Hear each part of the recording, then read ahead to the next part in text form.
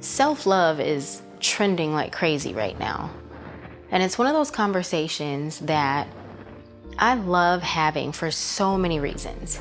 Obviously, for starters, I own a natural skincare company, all the things, right? So I can talk to you about skincare, taking time for yourself, blah, blah, blah, hot baths, blase, blase.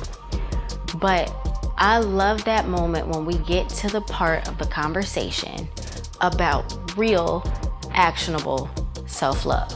I'm not talking about bubble baths and cucumber eye masks and hot tea and vajayjay steams. I'm talking about getting in the mirror, getting real with yourself, and working through the shit that makes you tick. The things that make you who you are, those traumas that you have dealt with, however you've dealt with, and they cause you to shoot out sideways at people that are close to you, or, whatever. It's always interesting to me that the conversation is so surface level right now about self-love and self-care. And it really is just about drinking a bunch of water and, brunching on Sundays with your girlfriends and setting boundaries, and all of that is great. Those are all great things to do. But one of the things that I genuinely believe in and that drives me when I'm moving around with, basically as the face of my brand, is that natural beauty starts within. And yes, that includes fitness, that includes food, that includes water intake, all of the things that you do to your physical body. But the mental, the emotional, and the spiritual are just as important, if not more so. I want to talk about what that even means, loving yourself in an actionable way. De-romanticizing self-care and self-love. Sometimes we are literally our biggest hurdle, our biggest obstacle, and all of the stories that we continue to tell about the experiences that we've had in life, the self-talk that we tell ourselves when we're, trying to make things happen or dealing with things in a certain way. If you really stop and think about it, all of the things that you say that everyone else has told you about yourself, all of those things that you hate that other people do, or you hate that other people say, when you get really real with yourself, you come to the realization that it's more you than anybody else. You are the main voice that you're hearing in your head telling you that you're not enough, that you can't accomplish what it is you're trying to accomplish, that you come from nothing, so who do you think you are to expect different? How dare you dream big, right? It's not other people. People may have done things to us, and we won't discredit that. We won't take away from our experiences. But if there's any one thing that I have learned that is the most basic and foundational key to self-love and self-care, y'all gonna hate to hear me say it, it's accountability. It is absolute accountability. It's looking at all of those scenarios that have hurt you or have triggered you or, shaped you in some way, shape, or form to where you play things on a feedback loop in your mind, and really coming to terms with how you played a role in it.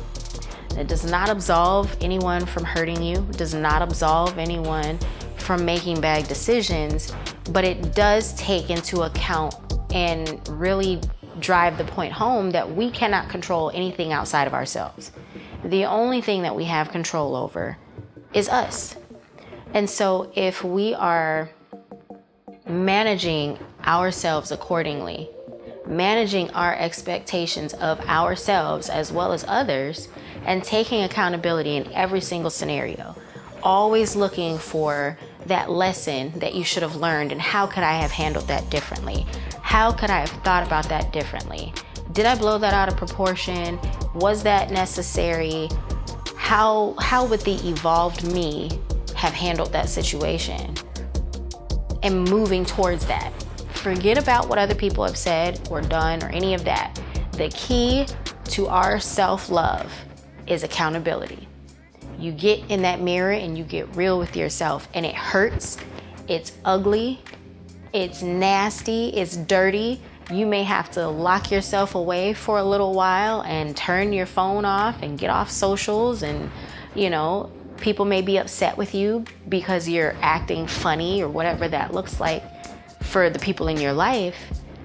But if you want to get serious about where it is you're going and genuinely loving those pieces of yourself that you feel like are less than or maybe undesirable, you first have to identify them. You first have to be able to call those things out. And then think about everything that shapes you. How do you act like your mother? How do you act like your father? How do your parents act like their parents? What is your current relationship status? All of the things that keep happening to you on a cyclical basis. And stop being a victim and really think about the part that you've played in all of these moments. What is the lesson that I need to learn here? Once you get real with yourself in that way, and you start to pick apart the things that make you who you are, the next thing to do is to truly learn to love those pieces of you. Because everything is a matter of perspective. The good and the bad, quote unquote, are all different sides of the same coin. It comes down to a matter of intention. What are you utilizing those skills or quirks or qualities for? Where's your heart? Are you jealous or malicious towards people? Are you selfish and self-absorbed and always doing things and positioning yourself in a way that imposes on other people but positions you? Those are the things that will cause you to fall behind every time. But if you get real with yourself about those things and think about how you can open your heart, change your heart to where those quote unquote bad things about you are used for good, you'll find there is no such thing as good or bad. All of us are shying away from those pieces of ourselves that other people have told us are awful. And so we have these pieces of ourselves that don't get fed, that don't get loved. And when things happen, you shoot off the side of your neck and you treat people crazy, and now all of a sudden your world is crashing around you. And it simply comes down to taking accountability and loving yourself, all the ugly bits and pieces, for exactly what they are. It's being honest with people. It's being real, showing up as who you truly are. It's being considerate. And I'm not saying, though you may have to go into a cocoon for a little bit to work through things, that doesn't mean that you can't have community. We need community to grow and to thrive. But you need a community that is conducive to your growth. That may mean releasing some relationships and ties that you have that aren't good for you. And honestly, being real about the ones that you aren't good for them. A lot of times we're so quick to push people away, and when we realize we're the problem, the best thing to do is to remove yourself from a situation. It just comes down to being real about everything. And all of this is before you touch a lick of shea butter or cucumber masks and bentonite clay and anything else to make that skin pretty. A lot of us are expressing on the outside all of that inner turmoil within. Your skin is flaring up and your anxiety is acting up because you're not living in your fullest potential. You're not being who you are. You're playing the charade and trying to pretend to be something or somebody that you're not for the sake of other people, and it's eating you up from the inside out. And so now you've got blisters and acne and eczema and inflammation and irritable bowel syndrome and all the other things, and you're on medication for anxiety, that a lot of times some of those things can very well be managed by setting expectations for ourselves that are reasonable and true to who we are. Being accountable. Accountability comes with a level of freedom, because I said what I said, and I'm going to take the consequences as such.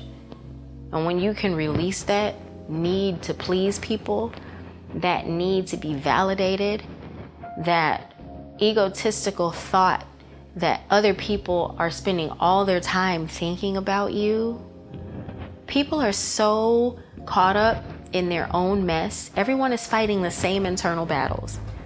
And we're all so caught up in our own mess. I promise you, most of what you think other people are thinking about you hasn't even crossed their mind. If you release that and learn to love all of those bits of yourself, whether they're supposedly good, bad, ugly, indifferent, that freedom is like a weight off your shoulders. And that is what sends you in the direction of your actual purpose. Being able to stand in your passions and your gifts wholeheartedly, full, and, with gratitude, because you know where you could be. And if there's one thing that I've realized in this personal journey of myself, because I'm not saying this from a place of not having to do the same things, and it's a constant choice, but I constantly remind myself, if I couldn't take me out, literally nobody can. I have the inside track. I know all of my weak points. I know everything that could have possibly shut me down. And if I couldn't take me out, nothing else can. The same is true for you.